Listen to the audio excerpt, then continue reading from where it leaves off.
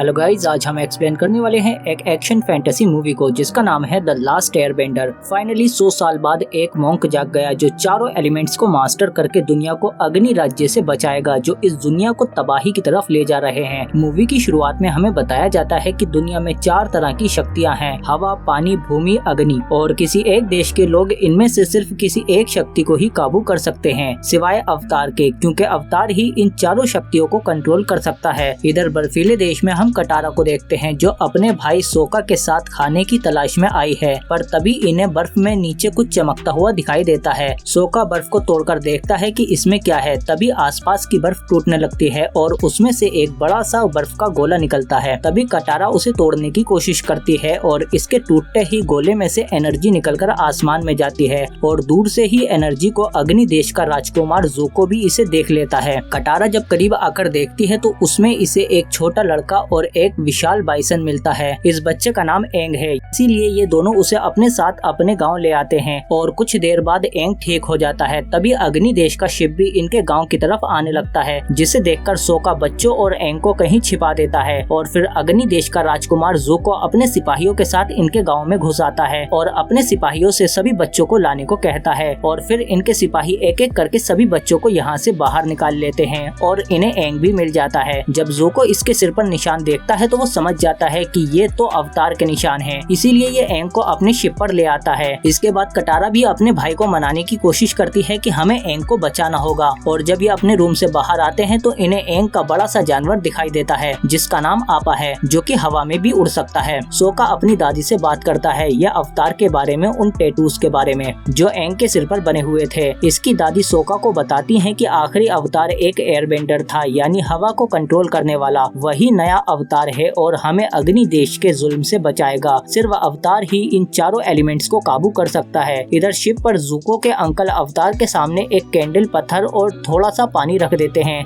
ताकि ये टेस्ट कर सकें कि यह अवतार है या नहीं, और फिर थोड़ी देर बाद ही हम देखते हैं कि ये तीनों चीजों को हिलाने लगता है और इससे इन्हें पता चल जाता है कि यही बच्चा अवतार है जो चारों एलिमेंट्स को काबू कर सकता है। इसलिए ज़ूको इसे खतरा मानते हुए कैद करके अपने अग्नि देश ले जाना चाहता है, पर एंग भी एक एयरबेंडर है, इसीलिए ये हवा को काबू करके वहाँ से भागने की कोशिश करता है और शिप के ऊपर आकर ये देखता है कि आपा पर बैठकर उसके दोस्त उसे बचाने के लिए आए हैं। मौका देखते ही अवतार ग्लाइडर की मदद से शिप से भाग जाता है और ऊपर आपा के पास चला जाता है और फिर एंग वापस अपने टेम्पल पर आता है और यहाँ आते ही इसे अपना दोस्त लीमर मिलता है, पर इसके अलावा यहाँ इसे और कोई नहीं दिखता। चारों तरफ हड्डियां ही हड्डियां पड़ी हैं, क्योंकि सालों पहले यहाँ मंदिरों में घुसकर अग्नि देश के लोगों ने इन सबको मार दिया और धीरे धीरे एंग को सब याद आने लगता है कि उसके मास्टर उसे अवतार बनाने की ट्रेनिंग दे रहे थे ताकि ये चारों एलिमेंट्स को काबू कर सके, पर एंग इस जिम्मेदारी को उठाना नहीं चाहता था, इसीलिए ये वहाँ से भाग गया। पर रास्ते में इसे एक तूफान घेर लेता है और इस खतरनाक तूफान से बचने के लिए एंग अपने चारों तरफ एक कवच का गोला बना लेता है और फिर ये गोला पानी में गिरकर ठंड से जम जाता है और इस तरह अवतार अगले 100 सालों तक बर्फ में ही जमा रहा, जिसके बाद इसे कटारा ने जगाया है। अग्नि देश जानता था कि अवतार इन्हें खत्म कर सकता है, इसीलिए उन्होंने इस मंदिर के सभी मास्टर को मार दिया ताकि एंग कभी भी चारों एलिमेंट्स को काबू न कर सके। इसके बाद एंग को अपने मास्टर का लॉकेट मिलता है, जिससे उसे अपने मास्टर की मौत का बहुत अफसोस होता है और फिर एंग गुस्से में रोने लगता है, जिससे उसके अंदर की शक्तियाँ रिलीज हो जाती हैं और फिर एंग आत्माओं की दुनिया में चला जाता है, जहाँ पर इसे ड्रैगन की आत्मा मिलती है जो अवतार को 100 साल बाद देख रही है। इधर ज़ूको से मिलने अग्नि देश का कमांडर आता है, क्योंकि ज़ूको अवतार को पकड़ने में नाकाम हो गया, इसीलिए कमांडर पूरी आर्मी के सामने ज़ूको की बेइज्जती करने लगता है। ज़ूको को इस पर बहुत गुस्सा आता है, पर उसके अंकल उसे शांत कर लेते हैं। पर जाते जाते ज़ूको कमांडर से कहता है कि मेरे पिता मुझे वापस जरूर लेंगे और फिर तुम मेरे सामने घुटनों पर होगे, और फिर ये काफी गुस्से में ट्रेनिंग करने लगता है और आसानी से सिपाहियों को हरा देता है। इसके बाद हम देखते हैं कि एंग अपने दोस्तों के साथ भूमि देश जा रहा है और रास्ते में इसे एक लड़का आता हुआ दिखता है जो कि अग्नि देश के सिपाहियों से भाग रहा था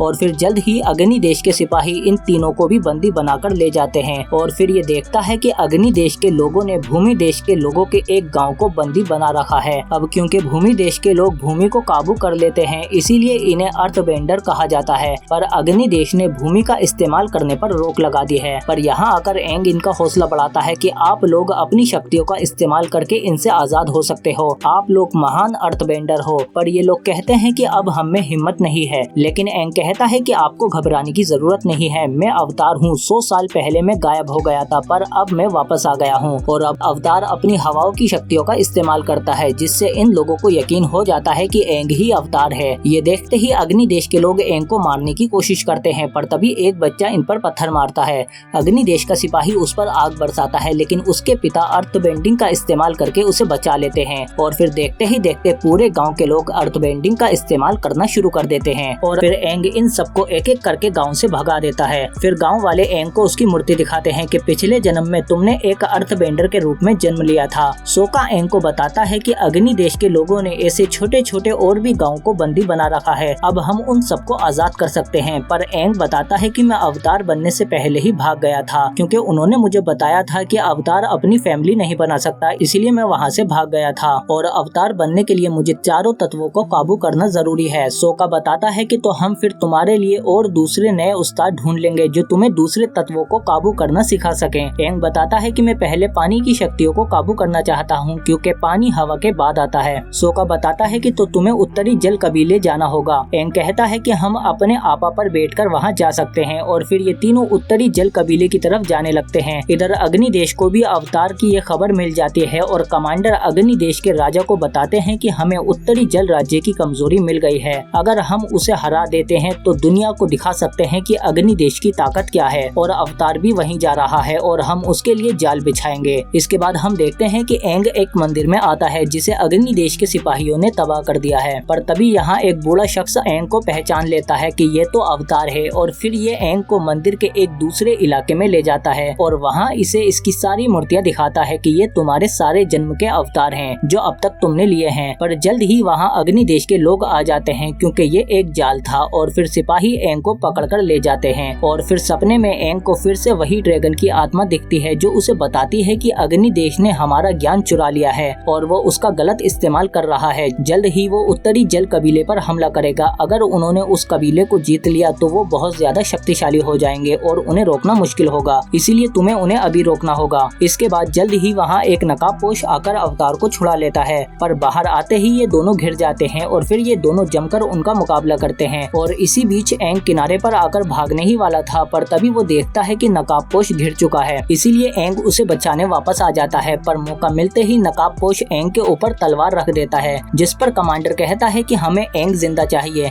जाने दो इन्हें। और फिर ये जब एंग को ले जा रहा होता है तो कमांडर ऊपर से नकाबपोश पर एक तीर का हमला करवा देता है जिससे वो जख्मी हो जाता है। एंग जब उसका मास्क उठाकर देखता है तो उसके पीछे ज़ोको निकलता है। सिपाही इनकी तरफ आ रहे थे पर तभी एंग तेज हवाओं की मदद से चारों तरफ घना कोहरा कर देता है और ज़ोको को वहाँ से लेकर चला जाता है। इसके बाद ज़ोको ठीक होकर वापस अपने अंकल के पास शिप पर आ जाता है और फिर ये देखता है कि वहाँ पर कोई लीकेज है और जल्द ही ये पूरा शिप धमाके से उड़ जाता है जो कि कमांडर ने ही करवाया था। इसे लगता है कि ज़ोको मर गया पर ज़ोको जिंदा होता है। इधर एंग भी आपा पर बैठकर अपने दोस्तों के साथ उत्तरी जल कबीले में आ जाता है और वाटर बेंडर पानी की मदद से अपनी सरहद को बंद कर देते हैं। उत्तरी जल राज्य को पहली बार देखकर ये तीनों काफी ज्यादा हैरान हो जाते हैं क्योंकि कटारा भी एक वाटर बेंडर ही बनना चाहती है और फिर अंदर एंग को बहुत बड़े बड़े उस्ताद यानी मास्टर मिलते हैं। इधर राजकुमारी और सोका भी एक दूसरे को देखते ही पसंद करना शुरू कर देते हैं और जैसे ही इन्हें पता चलता है कि एंग एक अवतार है तो ये लोग इसे जल्द ही वाटर बेंडिंग यानी पानी को काबू करने की कला सिखाना शुरू कर देते हैं। और पहली बार एंग के पानी पर इतना ज्यादा काबू देखकर मास्टर भी हैरान हो जाते हैं। और इधर अग्नि देश के बड़े बड़े जंगी जहाज भी उत्तरी जल राज्य की तरफ हमले के लिए बढ़ना शुरू कर देते हैं और राजकुमार ज़ोको भी इन्हीं में से किसी एक जहाज में छिपा हुआ होता है। इधर सोका और राजकुमारी के बीच नजदीकियां बढ़ती जा रही हैं। सोका के पूछने पर वो बताती हैं कि मेरे बाल सफेद इसीलिए हैं क्योंकि जब मैं पैदा हुई थी तो मुझ में जान नहीं थी, इसीलिए मेरे माता पिता ने चंद्रमा से प्रार्थना करके मुझे पवित्र जल में लिटा दिया था, जिसके बाद चंद्रमा ने अपनी आत्मा से मुझे जिंदा कर दिया। और इधर एंग भी सब कुछ काफी जल्दी सीखता जा रहा है और इसी दौरान उत्तरी जल राज्य में राख गिरने लगती है। इसका मतलब है कि अग्नि देश के जहाज काफी करीब आ चुके हैं और ज़ोको भी एक नाव में बैठकर अंदर चुपके से जाने लगता है क्योंकि इसके बाप ने इसे अग्नि देश से निकाल दिया है। तो अगर यह अवतार को पकड़कर वहां ले जाएगा तो ये वापस अग्नि देश जा सकता है। इधर एंग राजकुमारी से पूछता है कि यहाँ कोई ऐसी जगह है जहाँ मैं ध्यान लगा सकता हूँ क्योंकि मुझे ड्रैगन की आत्मा से बात करनी है, शायद वो मुझे बता सकें कि अग्नि देश को कैसे रोकना है। और फिर राजकुमारी एंग को अपनी पवित्र जगह पर ले आती है और एंग ध्यान लगाने बैठ जाता है। तभी हम तालाब में दो मछलियों को देखते हैं जिनमें चंद्रमा की आत्मा है। कटारा कहती है कि मैं यहीं रुककर एंग का ख्याल रखूंगी और थोड़ी देर बाद हम देखते हैं कि ज़ुको भी यहाँ आ जाता है, पर कटारा इसे रोकने की कोशिश करती है और काफी हद तक रोकने में कामयाब भी हो जाती है। लेकिन थोड़ी ही देर में ज़ुको इस पर हावी हो जाता है और फिर कटारा के पास आकर कहता है कि मैं अवतार के बिना अपने देश नहीं जा सकता।